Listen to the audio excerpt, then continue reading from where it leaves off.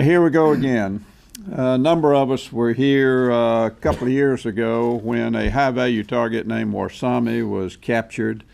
And after we had been asking the administration for what is your long-term detention and interrogation policy, and we kept getting no response, it seems that they made a kind of an off-the-cuff decision to place Warsame on a ship and interrogate him for a period of 60 days.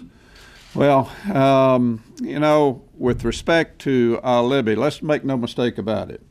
This is the highest value target we have captured in years. And this is a man who possesses significant information relative to the current operation of al-Qaeda and all of its affiliates. We have in Guantanamo Bay today a number of al-Qaeda operatives who also are very familiar with the long-term operation of al-Qaeda and what's been happening.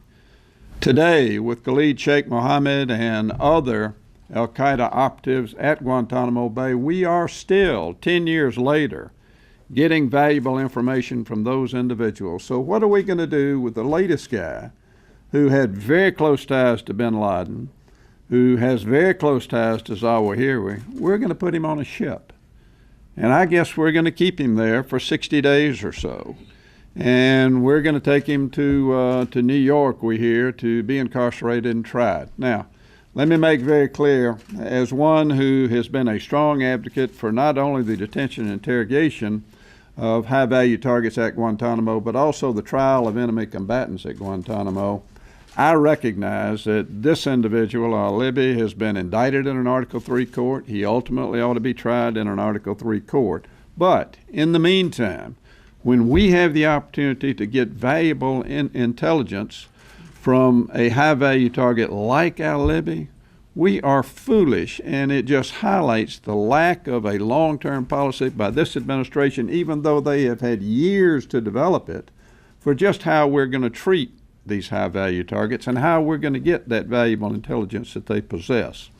So here, instead of taking him to Guantanamo, declaring him as an enemy combatant, and just like with Khalid Sheikh Mohammed and others at Guantanamo where we're gathering information, as opposed to that, we're going to send him to an Article III court. He's going to get lawyered up, and just like the surviving Boston bomber, he's going to go silent, and we're not going to be able to gather any information from this individual. So I am very disappointed that this administration, number one, has taken, they've been in office for 5 years now. They do not have any detention interrogation policy, and I don't know that any's on the drawing board. I think certainly I would know it. I think Senator Graham, Senator Ayotte would know it because of the positions that we hold. And there simply is no plan out there. And now we're going to see the loss of valuable intelligence because of the ineptness of this administration. And that is a shame, and the American people deservedly ought to be very, very upset that we're going to lose that valuable intelligence that would simply save lives of Americans down the road. Thank you.